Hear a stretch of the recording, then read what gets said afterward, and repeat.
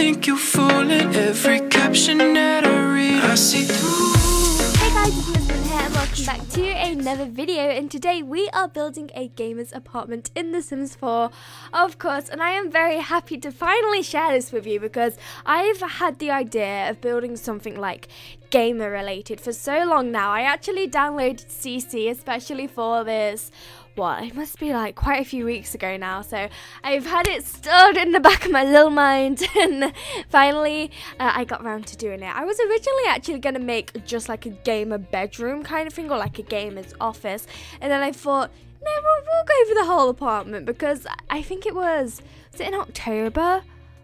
It was sometime around then, a few months ago. I did a princess toddler room build, I think something along them lines. It was something princessy, something toddlery, and I really enjoyed doing that, and recently it just kind of got more views and people are like, oh my gosh, we love room builds. So I was like, seems as people tend to like room builds, I thought I know it's not a room build, but like it's similar, you get me? So I wanted to do something that was small, like a room build, and like the same amount of time, so it wasn't like a gamer mansion, because girl, I can never do long builds. I just abandoned them like after half an hour. So I did an apartment instead, and yeah, very happy with how it turned out. So this is only a 1-bedroom apartment, I think. Did I keep the original floor plan? I did. I think it's the Cool Pepper apartment block, if I'm not mistaken. And I kept the same floor plan that was originally there in the apartment, just because I thought like that fit best. Floor plans have never been my forte. If you've been here a while, you all know that when building, I specifically, damn it, I cannot speak ever. I cannot do floor plans, and I particularly hate kitchens. I don't know why. I feel like I quite like this kitchen though, but for some reason I try and put clutter in there to make it look better, and then I thought my microphone was off then. I was about to like cry. it's on, it's all good. But I tried to put clutter in the kitchens because I'm thinking, you know, it looks bare. Nobody has bare like kitchen counters unless you're like super tidy, because I know in my house we do not. We have clutter everywhere on the counters in the kitchen, well, just like everywhere in general. Anyway, that's irrelevant. So I try and clutter it up, and then it just looks a bit weird. So I'm like, what am I doing? Where do I position this clutter? It's literally an art. It's an art. I don't know how people do it. I need to improve my kitchen skills. But yes, anyway, floor plans. I'm not good with floor plans. So I just left it how. Wait, no, I didn't. Did I? No. Wait. No, I didn't leave it how it is. False information there. Katie did not leave it how it was. So I said I left it how it was because I'm not good at floor plans. The latter half of that statement is still correct. I am not good at floor plans. But I did kind of add that extra room at the bottom there, because I didn't want like a massive living room. I kind of would rather have a gamer like room, like an office to, you know, make your YouTube videos in, or to play some Sims or whatever, and then have your bedroom separately rather than having that in the same place, you know, you get me?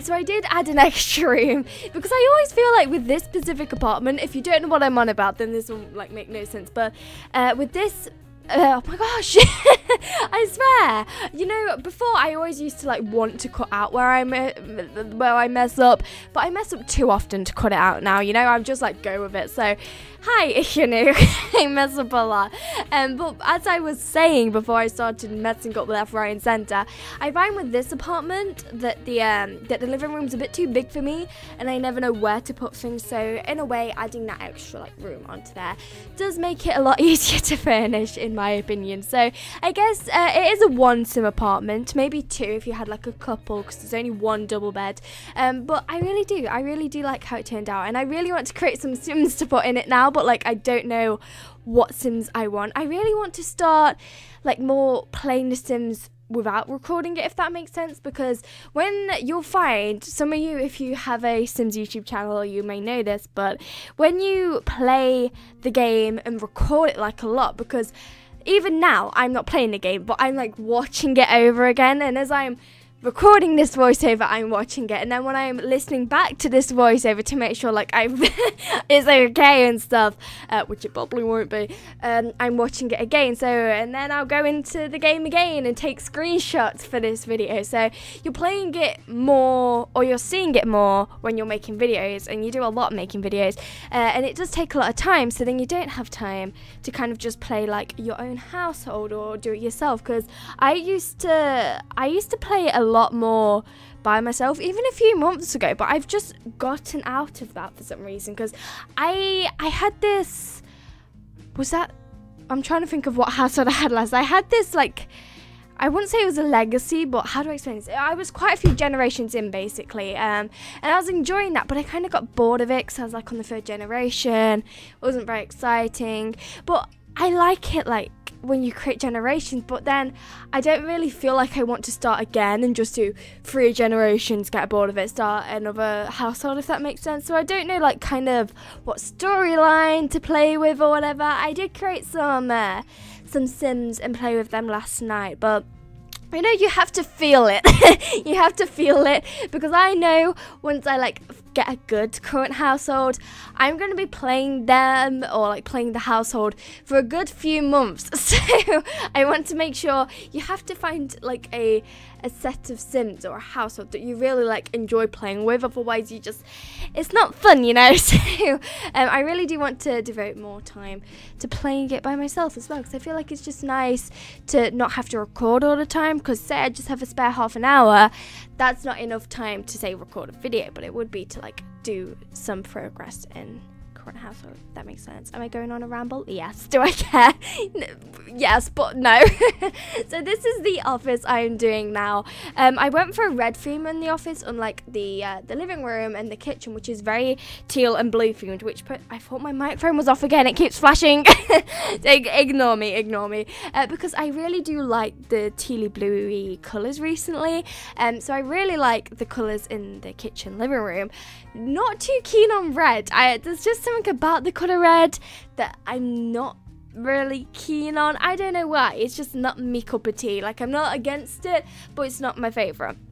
So I decided to go for red in the gaming room anyway, even though I didn't like it, because I didn't want like a completely blue house. Because I feel like red is a very gamery colour, if that makes sense. Does it? No.